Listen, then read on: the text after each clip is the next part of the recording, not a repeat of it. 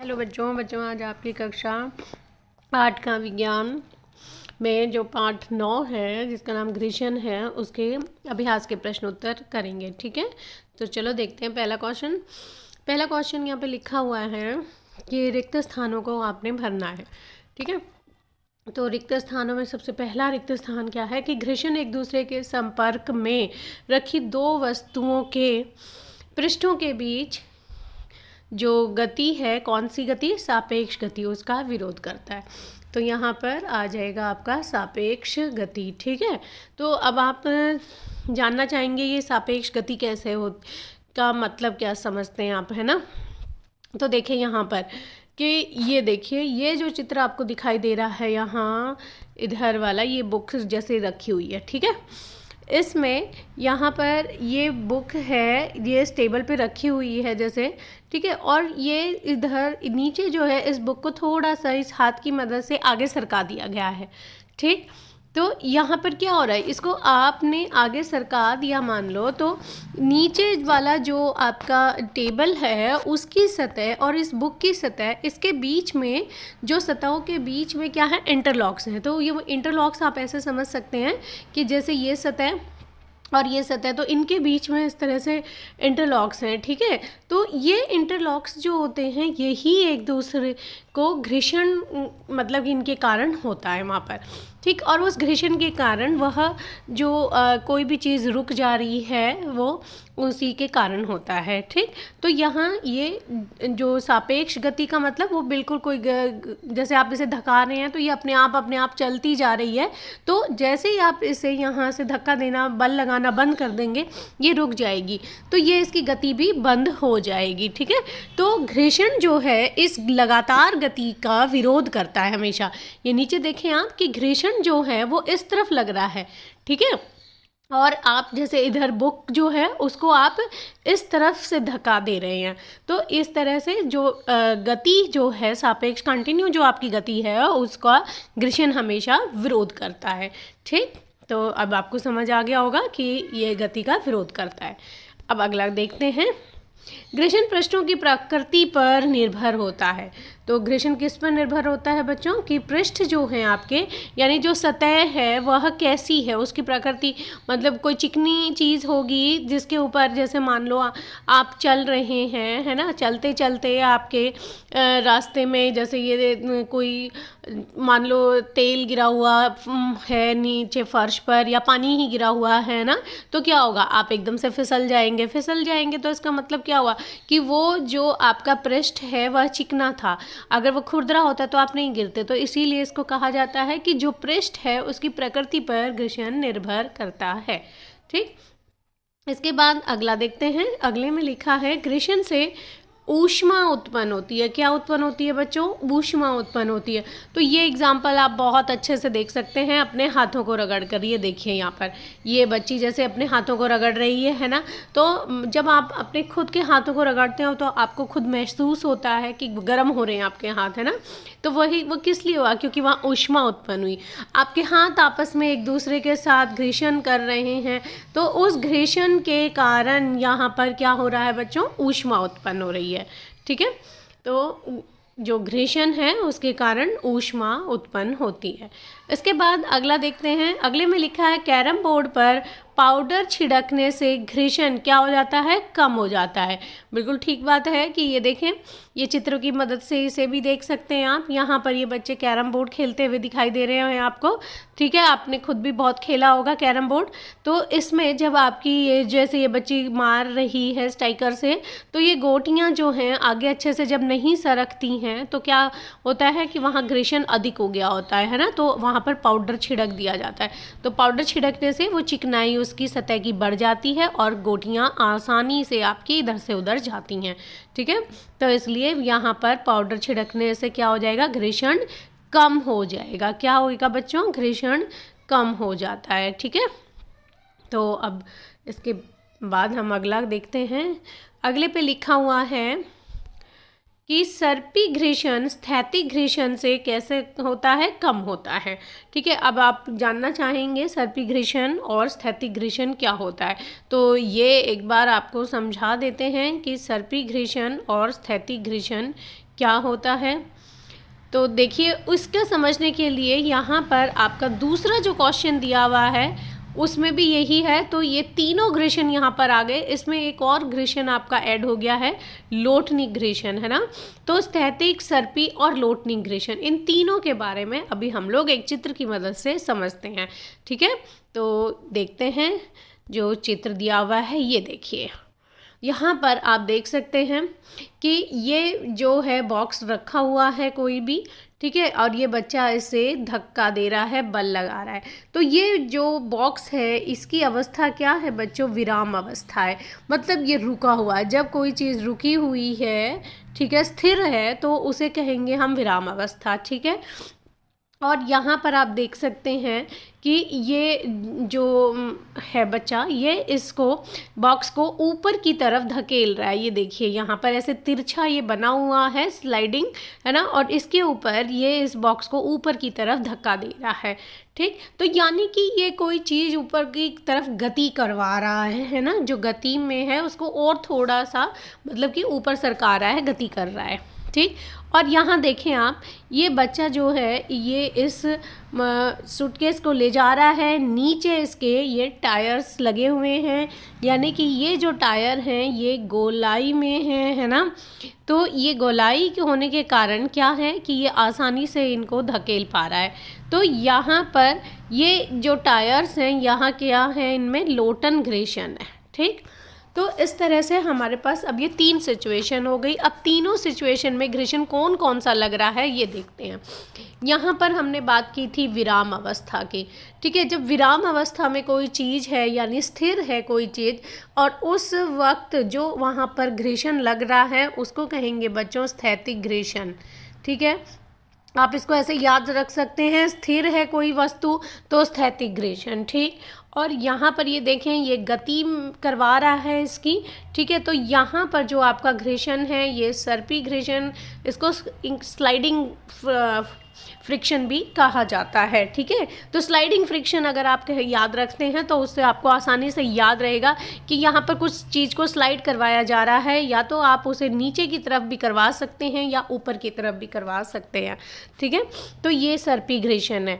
और यहाँ पर ये देखें आप, ये जो टायर्स हैं इनकी मदद से ये इसको आसानी से ये घुमा रहा है बच्चा। तो यहाँ क्या है, लोटनी ग्रेशन है। ठीक है, इसको कहते हैं लोटनी ग्रेशन या रोलिंग ग्रेशन।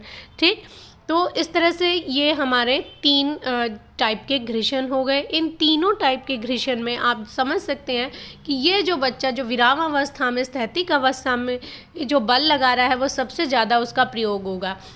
फिर उसके बाद बल यहाँ इसका थोड़ा कम होगा, और इस बच्चे का तो बहुत ही कम बल प्रयोग होगा इस बॉक्स सूटकेस को आगे ले जाने में, है ना। तो इस तरह से आप देखेंगे कि जो सबसे ज़्यादा ग्रेशन कौन सा हुआ, स्थैतिक हुआ, फिर हुआ सर्पी ग्रेशन और फिर हुआ लोटनी ग्रेशन, है ना।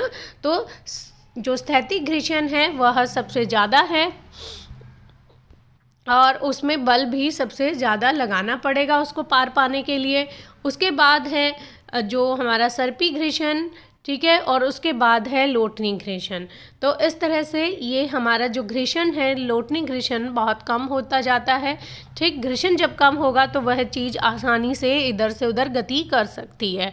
ठीक, तो अब आप समझ गए होंगे कि ये तीनों ग्रेशनों में क्या अंतर है। तो अब ये क्वेश्चन का जवाब भी आप अपने आप दे सकते हैं। देखें, क्वेश्चन में जो लिखा है कि 4 बच्चों को लोटनिक, स्थैतिक तथा सर्पी ग्रेशन के कारण बलों को घटते क्रम में व्यवस्थित करने के लिए कहा गया। उनकी व्यवस्था नीचे दी गई है, सही व्यवस्था का चयन कीजिए। तो सही व्यवस्था अब आप खुद समझ गए होंगे कि घटते क्रम में मतलब सबसे ज़्यादा जो ग्रेशन होता है वो कौन सा होता है बच्चों, स्थैतिक ग्रेशन।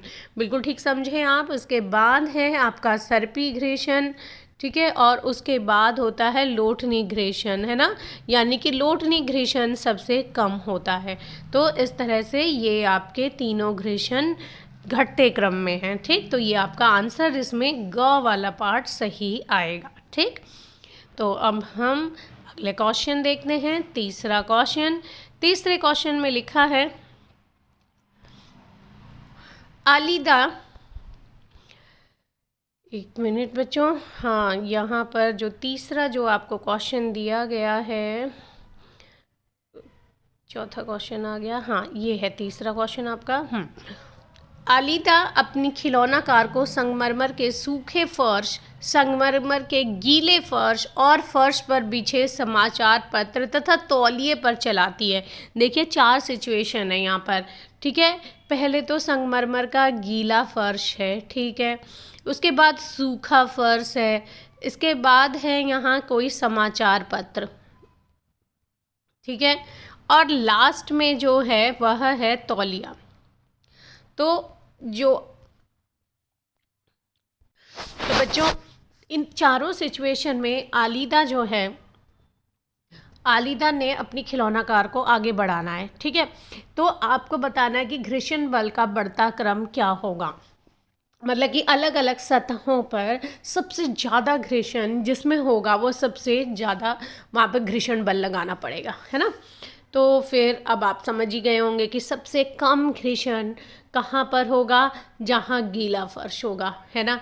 गीला फर्श जो है उसमें सबसे कम घर्षण होगा, ठीक। उसके बाद संगमरमर का सूखा फर्श, यानी कि जैसे क्वेश्चन में दिया हुआ था बिल्कुल उसी सीरीज में ही हो गया ये तो सारा।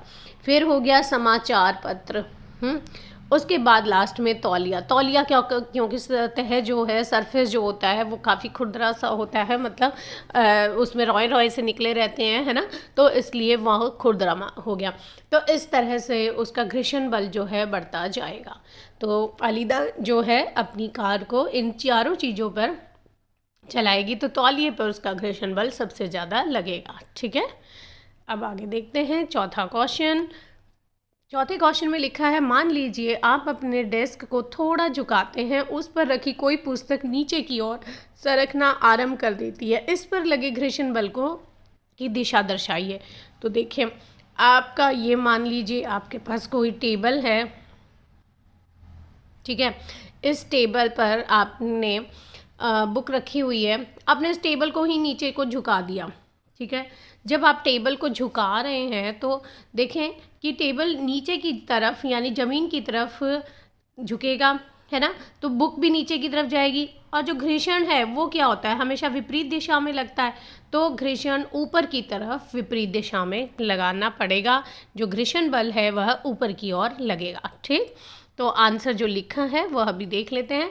नीचे की ओर सरकने वाली पुस्तक के विपरीत दिशा में ऊपर की ओर घर्षण बल लगता है, क्योंकि घर्षण बल जो है वह हमेशा वस्तु की जो गति है, सापेक्ष गति जो है, अभी हमने फर्स्ट क्वेश्चन में देखा था, उसका हमेशा विरोध करता है, ठीक है। उसकी गति का हमेशा विरोध करता है, उसके अपोजिट चलता है। तो इसलिए घर्षण बल अपोजिट डायरेक्शन में लगेगा। अगर बुक नीचे की तरफ जा रही है तो घर्षण बल ऊपर की तरफ लगेगा, ठीक है। आगे देखते हैं अब पांचवा क्वेश्चन। पांचवें क्वेश्चन में लिखा है कि मान लीजिए दुर्घटनावश साबुन के पानी से भरी बाल्टी संगमरमर के किसी फर्श पर उलट जाए। इस गीले फर्श पर आपके लिए चलना आसान होगा या कठिन, अपने उत्तर का कारण बताइए। तो अभी तक तो आप समझ गए होंगे जो हमने 4 क्वेश्चन किए हैं उनसे, कि घर्षण जो है वह जितना चिकना फर्श होता है, ठीक है, चिकना फर्श होगा उतना ही वह घर्षण कम लगेगा, है ना। तो खुरदरे फर्श पर या खुरदरी सतह पर घर्षण ज़्यादा लगता है। तो यहाँ पर आप देख रहे हैं कि साबुन जो है, साबुन कैसा होता है, आपको हाथों में छूने से भी लगता है ना कि चिकना होता है ना। तो साबुन चिकना है और ऊपर से संगमरमर का फर्श है, तो उस पर जब वो गिर गया तो फर्श तो बिल्कुल ही चिकना हो गया, है ना। तो इस तरह से आपके लिए चलना वहाँ पर क्या होगा, कठिन ही होगा, है ना। आसान तो हो नहीं सकता, आप फिसल जाओगे उस पे, चिकने फर्श पे। तो इसलिए वहाँ पर चलना बिल्कुल कठिन होगा। और आप आंसर लिख सकते हैं कि वहाँ साबुन के कारण, साबुन के चिकना पानी जो है उसके कारण क्या हो गया, घर्षण वहाँ पर कम हो गया है, ठीक। इसलिए वहाँ चलना कठिन होगा। तो आंसर पढ़ते हैं अब।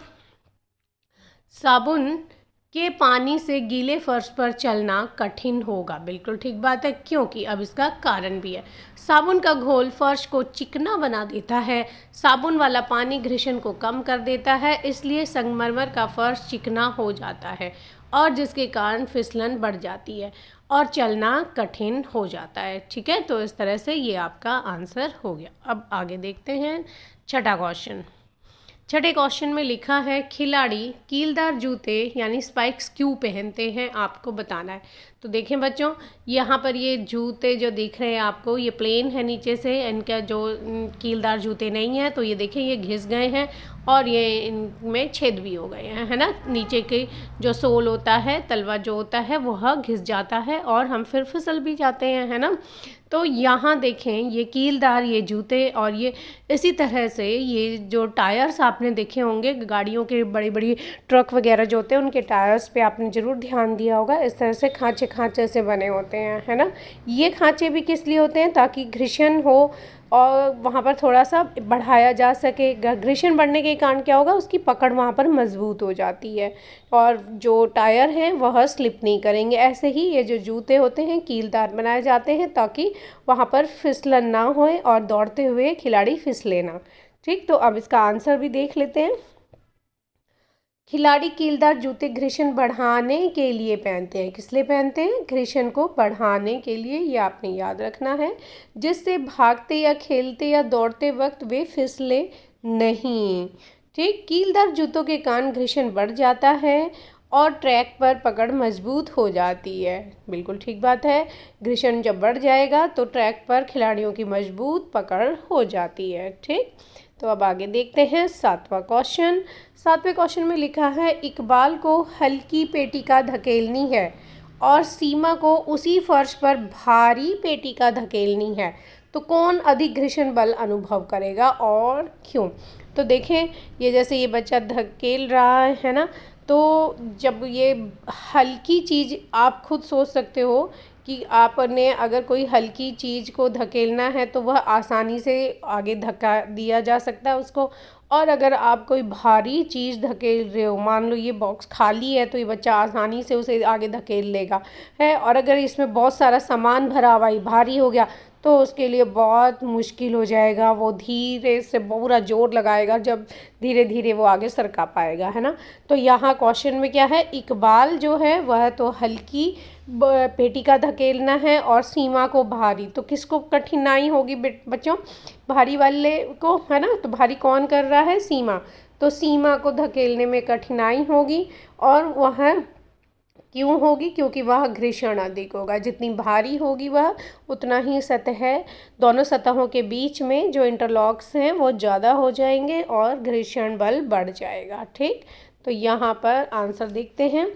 इकबाल की हल्की पेटिका के कारण फर्श पर कम बल लगेगा, जिसके कारण कम घर्षण बल लगेगा और इकबाल को कम घर्षण बल का अनुभव होगा।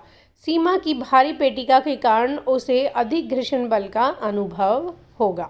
ठीक है, तो ये आपका आंसर हो गया कंप्लीट। अब आगे बढ़ते हैं, अगला क्वेश्चन आगे देखें। यहाँ लिखा है व्याख्या कीजिए सर्पी घर्षण स्थैतिक घर्षण से कम क्यों होता है। तो देखें ये सब हम बातें पीछे भी कर चुके हैं, अब यहाँ दोबारा देख लेते हैं। तो देखें जो आंसर लिखा है सीधा वही देखते हैं। सर्पी घर्षण तब अनुभव किया जाता है जब कोई वस्तु गति में होती है ना। पीछे अब हमने बात की थी कि कोई वस्तु जैसे कि ये इस तरह से स्लाइडिंग कोई फर्श है, इसके ऊपर ये आपका बॉक्स रखा हुआ है, ठीक है, तो ये यहाँ पर इसको नीचे को आना है ना, तो ये यहाँ पर सर्पी घर्षण है।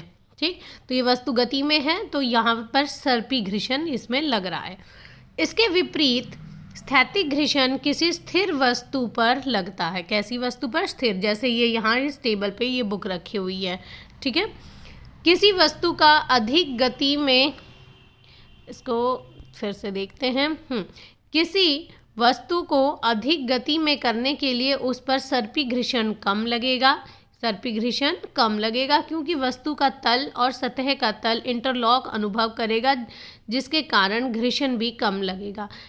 यहाँ पर इंटरलॉक जो है तल कम इंटरलॉक, ये शब्द आपने याद रखना है कि सतह के बीच में जो इंटरलॉक है वह कम अनुभव होगा जब सर्पी घर्षण होगा, है ना। ये स्लाइडिंग घर्षण होता है क्योंकि जैसे ये बॉक्स है, इसको ये आपने धक्का दे दिया, ये अपने आप नीचे गति में आता जाएगा, ठीक है। तो ये सर्पी घर्षण यहाँ इसके और दोनों के बीच में क्या है, जो सतहों के बीच में इंटरलॉक है वह कम है। ये आप इस चित्र की मदद से भी देख सकते हैं कि ये देखिए जो दो पृष्ठ होते हैं, जहाँ ये जैसे ये बुक और टेबल, ठीक है, तो ये नीचे का मेज का पृष्ठ और ये ऊपर बुक का, ठीक।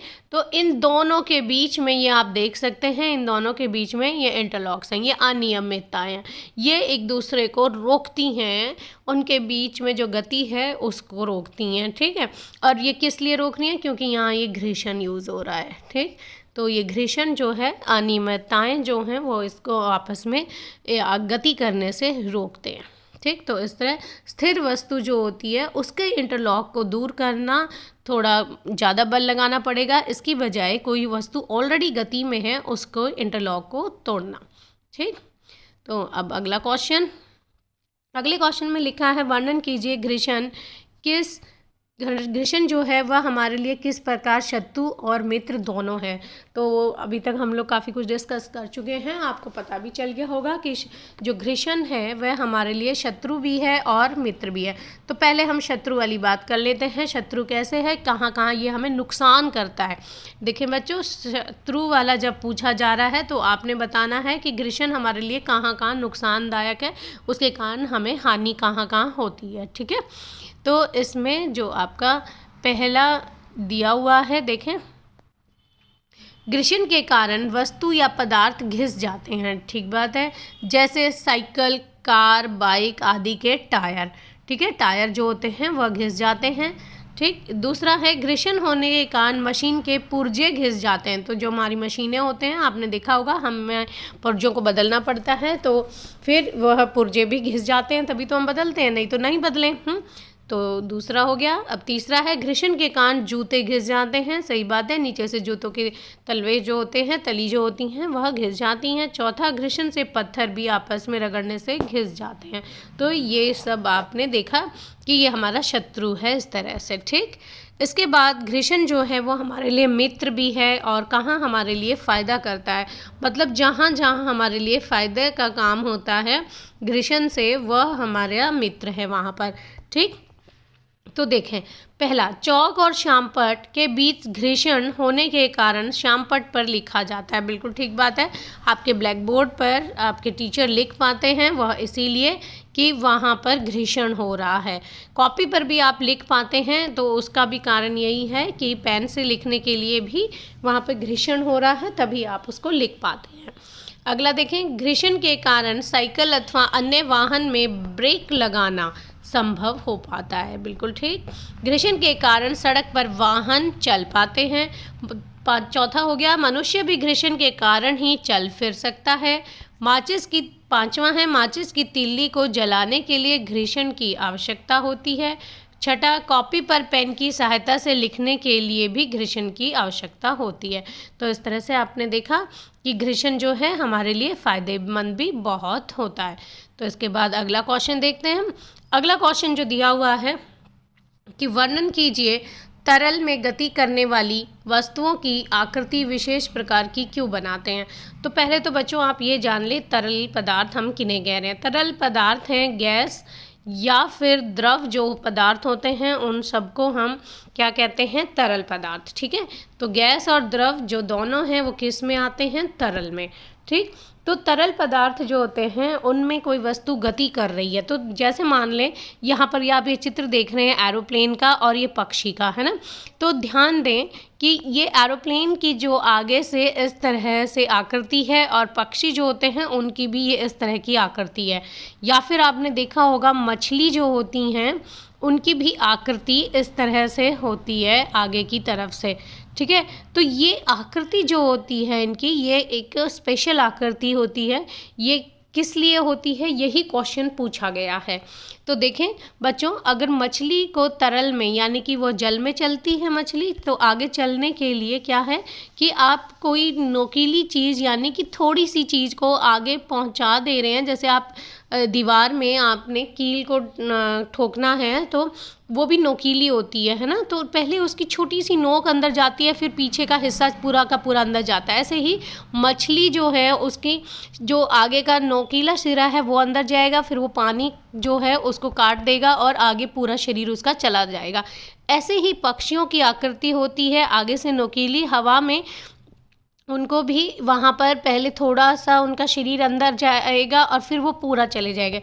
तो अब ये सब किस लिए करा गया है, क्योंकि वहाँ घर्षण जो है तरल पदार्थ में जो घर्षण होता है उसको पार पाने के लिए, क्योंकि जो पानी है वो मछली को आगे बढ़ने से रोक रहा है, वहाँ पर घर्षण है उसके कारण वह रोक रहा है। परंतु जब वो उसका नोकीला सिरा अंदर आगे को चला गया तो फिर वो पीछे पीछे बाकी का भी चला जाता है। ऐसे ही यहाँ पर घर्षण जो है कम हो रहा है, वो घर्षण को कम करने के लिए उस आकृति को ऐसा कुदरत ने बनाया है। अब कुदरत को देखकर मनुष्य ने भी एरोप्लेन जो हवा में उड़ाना होता है और हवा में घर्षण होता है ना, तो मनुष्य ने भी एरोप्लेन की आकृति ऐसी बना ली ताकि वह आसानी से हवा में जा सके। ठीक, तो अब आप समझ गए होंगे कि किस तरह से घर्षण को कम किया जा सकता है। तो अब आंसर देखते हैं। आंसर में लिखा है, तरल पदार्थ अर्थात गैस व द्रव में जो वस्तुएं गति करती हैं उनकी आकृति विशेष प्रकार की होती है। ठीक है, तो तरल पदार्थ क्या हो गए बच्चों, यहाँ पर गैस व द्रव। तो आपने याद रखना है तरल पदार्थ में गैस पदार्थ भी और द्रव, गैस में जैसे हवा हो गई, द्रव में पानी हो गया। ठीक है, ये सभी किस में आते हैं, तरल पदार्थ में। यहाँ पर चलने वाले जीवों की कैसी आकृति है, एक विशेष प्रकार की है। ठीक है, यह आकृति धारा रेखीय आकृति कहलाती है। तो इस आकृति को क्या कहते हैं बच्चों, धारा रेखीय आकृति। ये आपने याद रखना है शब्द कि यह धारा रेखीय आकृति होती है। ऐसी आकृति के कारण जीव ये तरल पदार्थ पानी में सुगमता से गति करते हैं। ठीक है, तो ऐसी आकृति के कारण ही जीव जो होते हैं वे तरल पदार्थ में यानी कि पानी में आसानी से गति करेंगे, क्योंकि ऐसी आकृति के कारण ही घर्षण कम से कम होती है। तो घर्षण जो है वह कम से कम इसके कारण होता है। तो इसके जो आकृति है उस पर निर्भर करता है कि घर्षण कितना ज़्यादा होगा तो वो आगे नहीं गति कर पाएंगे आसानी से, उनको मुश्किल होगी। तो जब घर्षण कम करना है तो धारा रेखीय आकृति जो होती है वो बहुत मदद करती है।